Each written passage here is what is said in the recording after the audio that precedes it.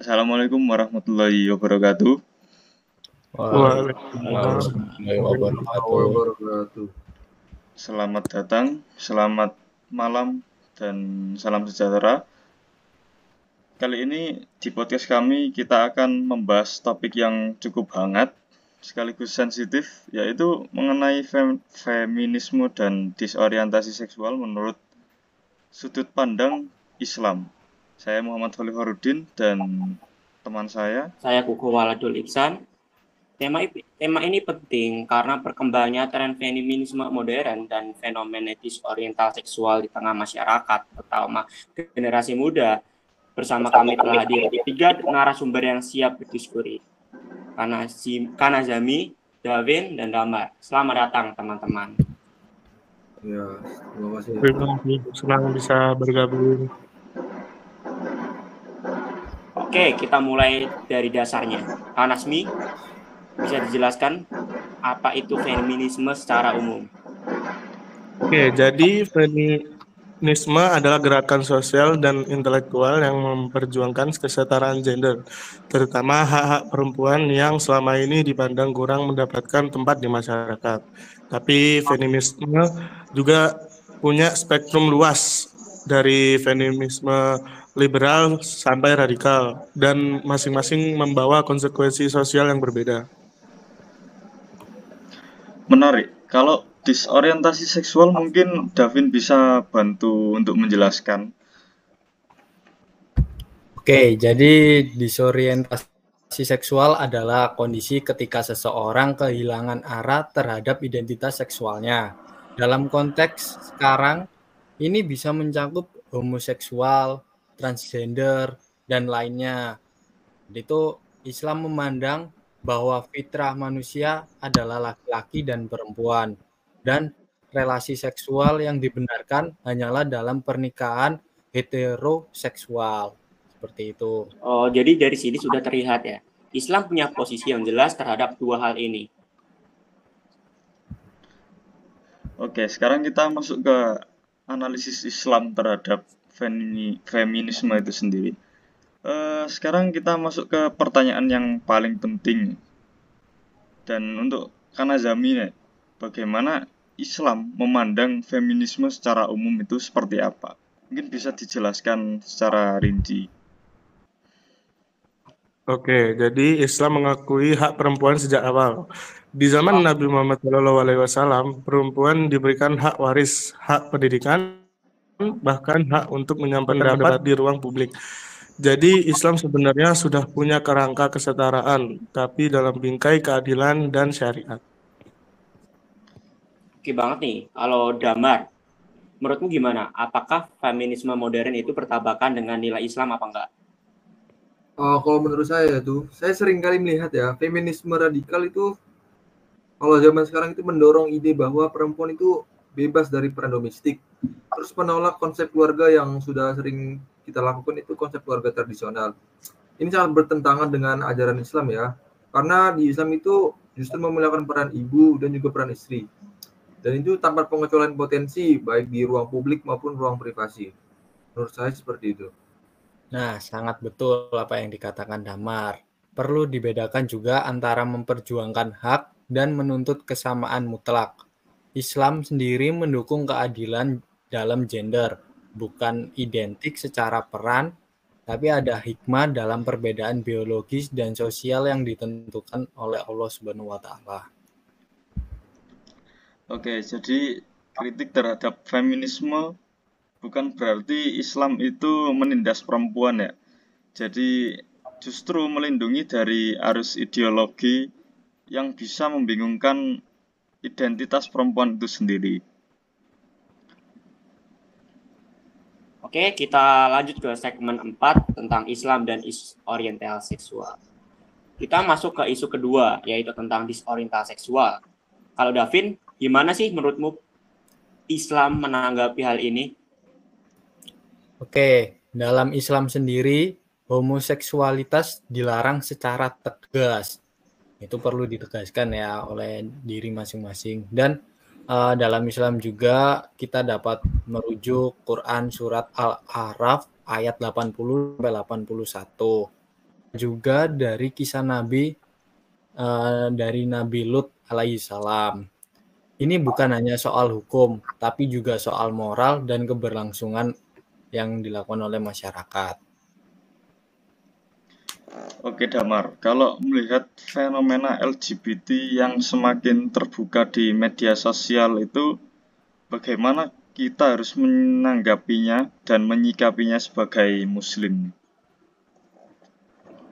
Menurut saya sebagai seorang muslim tuh sikap yang pertama adalah kita harus memahami atau mengedukasi, bukan langsung mencaci maki pelaku atau yang melakukan kegiatan homoseksual atau kegiatan itu yang menyimpang. Nah, yang pertama kita harus tegas dengan prinsip yang sudah ditetapkan oleh agama kita, itu agama Islam. Itu kita memberitahu atau menasihati secara lembut, bukan secara kasar. Karena itu yang diajarkan oleh agama kita. Dan juga itu kita juga harus membimbing mereka secara perlahan, tidak langsung menjudge atau mencaci maki ya. Mungkin seperti itu dari saya. Ya, setuju. Justru banyak kasus disorientasi seksual muncul karena trauma keluarga, kekosongan spiritual, atau krisis identitas. Islam menawarkan penyembuhan melalui taubat, pendidikan akhlak, dan pembinaan lingkungan sosial yang positif. Oke, kita lanjut ke segmen kelima tentang faktor penyebab dan pemicu. Topik ini sangat penting karena penyebab dan pemicu hal yang penting dalam disoriental seksual. Kalau kita telusuri lebih dalam, apa sih penyebab utama orang terdorong ke feminisme ekstrim atau disoriental seksual? Nah, salah satu penyebabnya adalah globalisasi nilai. Budaya Barat masuk lewat media dan tanpa filter yang kuat. Masyarakat mudah mengadopsi ide-ide itu tanpa memahami latar belakangnya.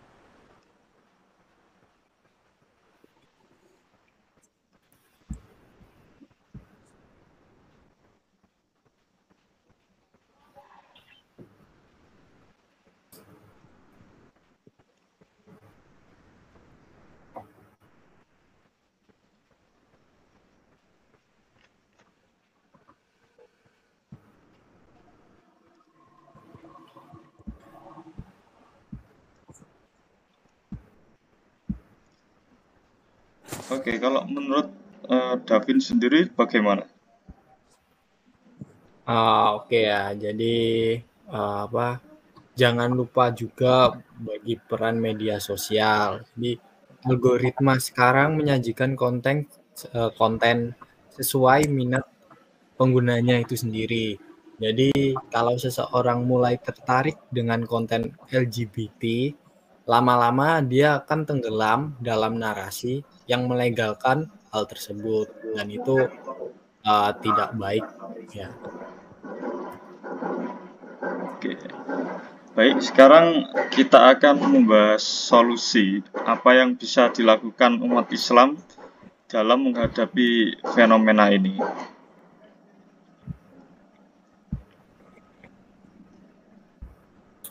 Yang pertama itu kita harus memperkuat pendidikan agama sejak dini. Kemudian tidak hanya itu, di sekolah juga di rumah. Orang tua harus aktif mengenalkan ajaran Islam tentang identitas diri, keluarga, dan fitrah manusia. Yang juga pentingnya pendidikan bagi seseorang agar bisa mengenali yang baik dan juga yang buruk. Itu. Nah, ya, yang kedua, penting membangun komunitas yang secara sehat secara spiritual. Masjid harus kembali menjadi di pusat edukasi dan pembinaan remaja. Jangan sampai remaja malah belajar dari TikTok atau Instagram tentang siapa diri mereka. Oke, dan yang ketiga, Islam tidak menolak ilmu modern, tapi kita harus berpikir kritis terhadap ideologi yang dibawa. Feminisme dan seksualitas modern harus ditumbang dengan neraca wahyu, bukan sekedar hanya tren. Oh, jadi intinya ya, bukan menolak perubahan, tapi menyaring. Islam memberi kerangka yang sangat manusiawi dan bermartabat dalam menghadapi semua ini. Oke, kita selanjutnya memulai pada segmen ke-7. Kita akan membahas tentang disoriental dan feminisme menurut kita masing-masing. Dimulai dari David. Oke, yang pertama adalah feminisme itu adalah suatu gerakan ideologis yang bertujuan untuk memperjuangkan kesetaraan hak antara laki-laki dan perempuan, terutama dalam hal kesempatan kerja, pendidikan, politik, dan juga kehidupan sosial. Feminisme sendiri itu mempunyai berbagai gelombang. Yang pertama itu adalah gelombang pertama dari abad 19 sampai abad ke-20. Jadi gelombang pertama tuh berfokus pada hak pilih perempuan. Yang kedua adalah gelombang kedua yang berkisaran dari tahun 1960-an. Gelombang kedua sendiri menyoroti hak atas tubuh, pekerjaan, dan juga keluarga. Dan yang ketiga adalah gelombang ketiga dan keempat yang memiliki fokus pada perbedaan ras, kelas sosial, dan hak identitas gender. Lalu disorientasi seksual sendiri itu adalah kondisi ketika seseorang mengalami kebingungan atau penyimpangan dalam orientasi seksual dan identitas gender. Istilah ini dapat merujuk pada homoseksualitas yang artinya tuh tertarik pada sesama jenis. Lalu biseksualitas yang artinya tuh tertarik pada dua jenis kelamin. Lalu ada transgenderisme yang artinya tuh merasa tidak sesuai dengan jenis kelamin lahir. Dan ada juga aseksualitas yang artinya tuh tidak tertarik secara seksual pada siapapun.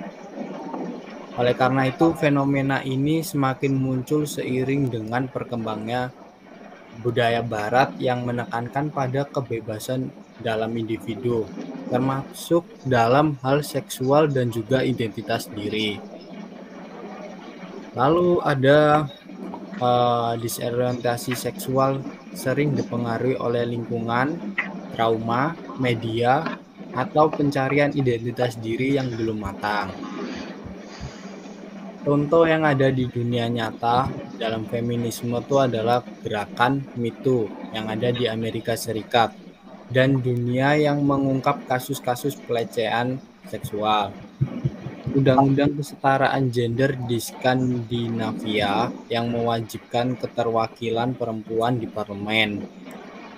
Lalu ada contoh disorientasi seksual. Yang pertama tuh jadi ada pernikahan sesama jenis yang telah disahkan di lebih dari 30 negara termasuk Amerika Serikat dan juga Belanda. Lalu contoh yang kedua tuh ada hak transgender seperti pengakuan identitas gender secara hukum di Argentina dan juga di negara Jerman. Kita mencakup perspektif dalam Islamnya juga. Jadi perspektif Islam dalam feminisme dan disorientasi seksual. Islam dan feminisme. Jadi Islam itu mengangkat derajat perempuan sejak 1400 tahun yang lalu. Kayak memberi hak atas pendidikan, warisan, dan perlakuan adil yang ada dalam keluarga. Namun Islam menolak ide feminisme radikal yang menolak perbedaan peran gender yang natural dan syar'i. Juga dalam Islam memiliki kesetaraan berarti keadilan atau adil, bukan kesamaan total atau yang disamaratakan. Dalam Islam sendiri ada ayat yang mempunyai contoh sebagai berikut. Jadi itu ada ayat Quran surat An-Nisa ayat 34 yang artinya tuh laki-laki adalah pemimpin bagi wanita, dan juga ada Quran surat Ali Imran ayat 195 artinya tuh aku tidak menyia-nyiakan amal dari orang yang beramal di antara kamu, baik dalam laki-laki maupun dalam perempuan. Islam sendiri sangat tegas menolak homoseksualitas dan transgenderisme. Contohnya tuh dapat diharamkan dalam syariat karena melanggar fitrah manusia. Sebagaimana kisah Nabi Lut yang telah dihancurkan karena menyukai sesama jenis. Lalu ada perubahan gender yang dilarang karena karena dianggap mengubah ciptaan Allah Subhanahu wa taala. Dan contoh-contoh ayatnya tuh ada Quran surat Al-A'raf ayat 80 sampai 81 yang artinya tuh, dan ingatlah kisah Lut, kamu mendatangi lelaki untuk melampiaskan nafsumu bukan kepada wanita. Jadi ada juga hadis Bukhari yang artinya tuh, sesungguhnya Allah melaknat orang yang menyerupai perempuan dari kalangan laki-laki.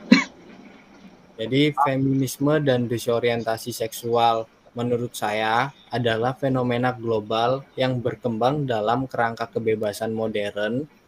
Dalam Islam juga sebagai agama rahmaton lil alamin yang tidak menolak kemajuan tetapi tetap tegas dalam menegaskan batasan berdasarkan fitrah dan wahyu.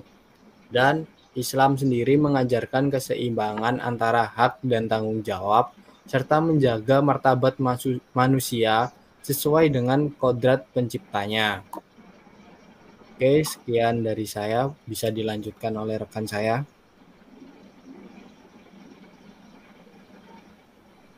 Selanjutnya mungkin bisa dilanjut oleh Mas Hasan tentang pendapatnya. Oke, bismillahirrahmanirrahim. Pertama kita bahas feminisme. Kalau pertama kali saya dengar tuh feminisme itu berkaitan dengan perempuan. Nah, kemudian ada dari pembahasan kelompok ini bahas tentang feminisme, jadi saya mulai membaca lebih dalam, yaitu ternyata feminisme adalah gerakan perempuan untuk menyetarakan haknya dengan laki-laki. Kalau dari sudut pandang saya itu sebenarnya sah-sah aja sih, ya karena kan kita sesama manusia itu harus mendapatkan hak diciptakan yang sama, hak berbicara yang sama. Kemudian dari sudut pandang agama kita, agama Islam, kalau menurut saya sendiri itu sebenarnya boleh menyetarakan perempuan dalam beberapa kaitan atau dalam beberapa hal. Tapi ada beberapa hal yang sebenarnya itu tidak disetarakan. Contoh misalkan kayak yang dibahas Mas Davin tadi itu kayak pemimpin. Ya dimana misalkan ada seorang perempuan dan laki-laki, itu hak kepemimpinannya itu menurut saya tidak setara, karena dalam Islam sendiri itu manusia laki-laki itu diciptakan untuk memimpin perempuan. Itu namanya keadilan, bukan adil ya. Kemudian ada apa lagi ya? Menurut saya itu aja sih kalau misalkan dalam sudut pandang saya dalam feminisme dalam sudut pandang Islam diperbolehkan, tapi ada beberapa sekat pembatas tentang keadilan antara hak perempuan dan hak laki-laki. Kemudian ada disorientasi yang telah dibahas oleh Mas Davin tadi, menegaskan kembali bahwa disorientasi adalah gerakan atau kelainan kepada seksual. Contohnya tadi ada homoseksual, terus biseksual. Nah itu dalam agama kita, agama Islam sendiri itu sebenarnya sudah sangat jelas bahwa hal-hal tersebut itu sangat dilarang. Tertulis jelas dalam Al-Quran, mungkin bisa dicari sendiri ayatnya yang atau bisa dilihat kembali yang telah disampaikan oleh Mas Davin. Kemudian ada beberapa sahabat Nabi itu mengucapkan bahwa jika kamu mendapatkan seorang pelaku homoseksual itu kita boleh membunuhnya dengan cara membakarnya. Itu ada sahabat Nabi yang mengucapkan, bisa dicari, saya lupa lebih jelasnya siapa yang mengucapkan. Sebenarnya saya sangat setuju sih, karena di Islam itu kita menerima keberagaman, bukan penyimpangan ya. Jelas-jelas laki-laki itu diciptakan untuk perempuan, bukan laki-laki diciptakan untuk laki-laki, atau perempuan diciptakan untuk perempuan. Menurut saya itu aja sih, saya sangat tidak setuju dengan adanya disorientasi seksual. Itu aja menurut saya. Sekian, terima kasih. Dan selanjutnya mungkin akan dilanjutkan sama Mas moderator kita. Silakan Mas, pendapat Anda. Oke, untuk menurut saya sendiri, feminisme itu adalah salah satu gerakan sosial dan ideologi yang memperjuangkan hak-hak perempuan agar setara dengan laki-laki, terutama dalam bidang sosial, politik, dan ekonomi. Di Barat sendiri, di daerah Eropa, daerah Italia, dan sekitarnya, feminisme itu muncul sebagai respon atas penindasan perempuan oleh sistem patriarki dan dominasi laki-laki yang terlihat dalam sejarah panjang diskriminasi gender eksploitasi, dan penegakan hak perempuan. Namun dalam Islam, konsep keadilan tentang gender itu sudah hadir sejak awal, yaitu Islam datang membawa prinsip kesetaraan gender, kesetaraan moral dan spiritual antara laki-laki dan perempuan. Dalam Al-Quran, Allah menegaskan bahwa laki-laki dan perempuan itu adalah memiliki kesetaraan dalam hal ibadah, pahala, tanggung jawab, dan nilai-nilai di sisinya. Firman Allah dalam Quran surat Al-Hujurat ayat 13 yang artinya, sesungguhnya yang paling mulia di antara kamu di sisi Allah adalah yang paling bertakwa di antara kamu.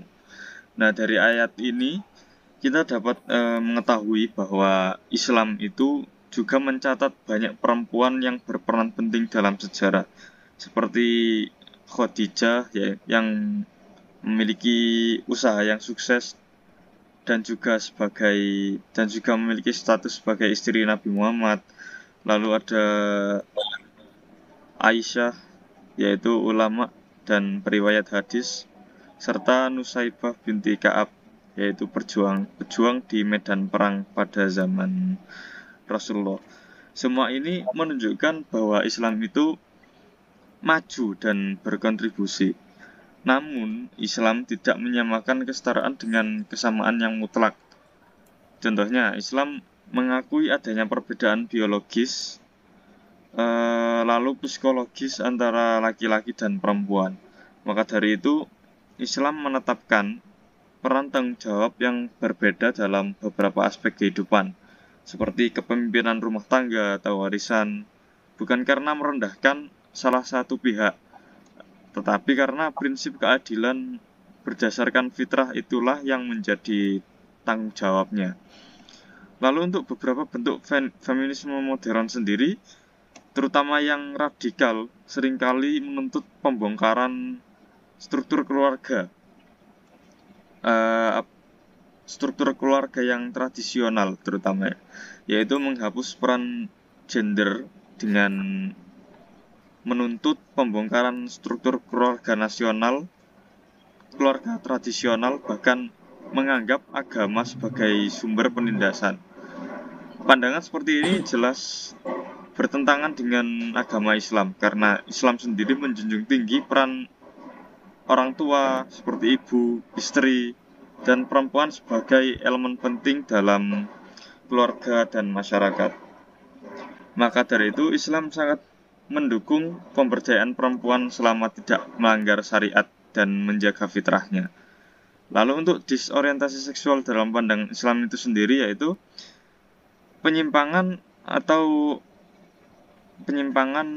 disorientasi yang seharusnya seperti homoseksual, biseksual, dan lainnya itu sering dikampanyekan, kayak di negara Australia, Jerman, dan lainnya itu, dan tetangga-tetangganya.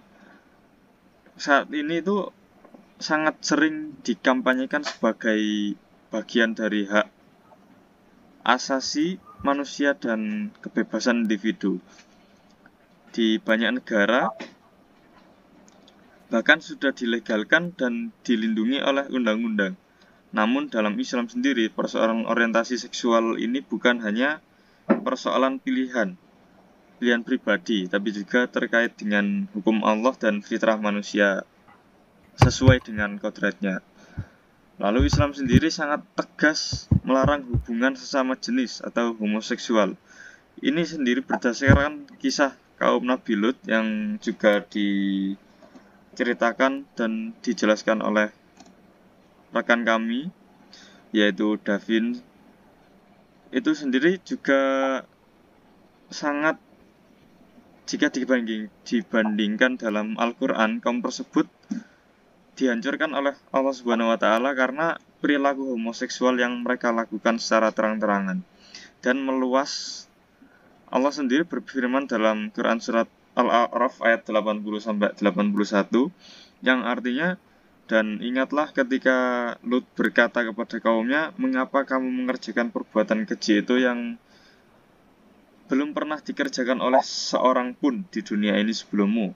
Sesungguhnya kamu mendatangi lelaki untuk melampiaskan syahwatmu kepada mereka, bukan kepada wanita. Karena itu kamu benar-benar kaum yang melampaui batas. Nah, dari surat ini, dalam pandangan Islam inilah, hubungan seksual hanya sah dan diberkahi jika dilakukan dalam pernikahan antara laki-laki dan perempuan. Setiap bentuk penyimpangan seperti homoseksual, zina atau orientasi non-hetero lainnya dianggap sebagai dosa besar dan bertentangan dengan syariat. Namun Islam juga menekankan pendekatan penuh hikmah dan kasih sayang terhadap orang yang mengalami disorientasi seksual. Mereka tidak otomatis dijauhi atau dibenci sebagai manusia.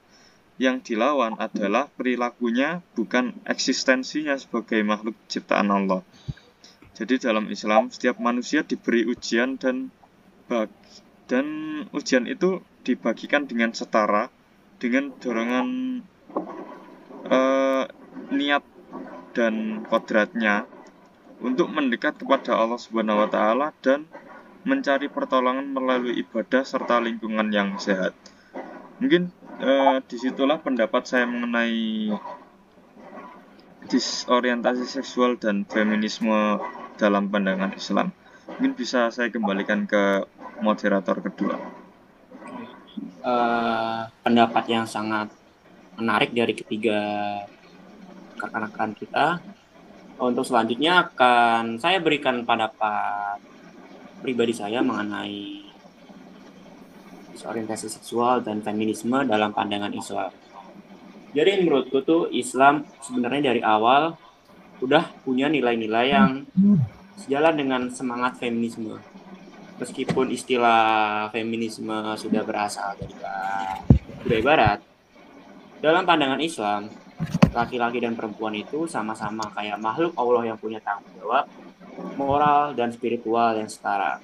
Bahkan di Al-Quran dijelaskan bahwa siapapun yang berbuat baik laki-laki maupun perempuan, akan mendapatkan balasannya sama. Dari kutipan tersebut sudah jelas bahwa Islam memandang bahwa feminisme hal yang mutlak ada di bumi ini. Aku juga ngelihat nih bahwa Islam udah memberikan hak-hak penting bagi perempuan jauh sebelum feminisme modern muncul. Kayak misalnya tuh perempuan berhak atas pendidikan, kayak berhak memiliki dan mengelola harta sendiri, memilih pasangan, bahkan terlibat dalam urusan sosial. Seperti Aisyah RA adalah contoh nyata bahwa perempuan bisa punya peran besar, bahkan kayak jadi sumber ilmu bagi umat manusia, bahkan umat Islam. Tapi menurutku juga ya penting dipahami bahwa Islam tuh kayak punya kerangka keadilannya sendiri. Jadi meskipun tidak menuntut kesamaan mutlak dalam semua aspek seperti yang kadang digaungkan dengan feminisme Barat, Islam tuh lebih menekankan keadilan yang sesuai dengan fitrah dan peran masing-masing. Jadi buatku tuh kayak itu bukan bentuk ketidakadilan, tapi cara Islam menjaga keseimbangan. Yang selanjutnya tentang disorientasi seksual. Kalau menurutku tuh disorientasi seksual kayak kebingungan kayak terhadap identitas atau ketertarikan seksual yang tidak sesuai dengan fitrah asal. Merupakan hal yang kayak dipandang jelek dalam Islam sebagai penyimpangan penyimpangan dari apa yang sudah ditetapkan dari Allah Subhanahu wa taala. Oke. Allah tuh menciptain manusia dalam 2 jenis kelamin, laki-laki dan perempuan dengan tujuan dan fungsi yang jelas, terutama dalam pernikahan dan keturunan. Jadi kayak orientasi seksual tuh sangat menyimpang dari apa yang ada dalam Al-Quran. Aku percaya banget kalau Islam menjunjung tinggi fitrah manusia. Hubungan seksual dan kasih sayang diarahkan tuh ke dalam ikatan pernikahan antara laki-laki dan perempuan, bukan sebaliknya. Jadi kalau ada nih orang yang mengalami disorientasi seksual, kayak tertarik kepada sesama jenis atau merasa dirinya kayak bukan seperti jenis kelaminnya, cowok yang ngerasa kalau dirinya tuh cewek, Islam tuh nggak menerin hal tersebut. Tapi juga tidak menyata-nyata menyuruh untuk membenci orangnya. Justru Islam itu mengajarkan tentang kasih sayang, memberi nasihat dengan bijak, dan ajak tuh mereka kembali ke jalan yang lurus, dibenerin, dikasih nasihat yang baik, seperti kata Mas Hasan tadi. Kayak buatku pribadi penting untuk membedain antara perasaan dan tindakan.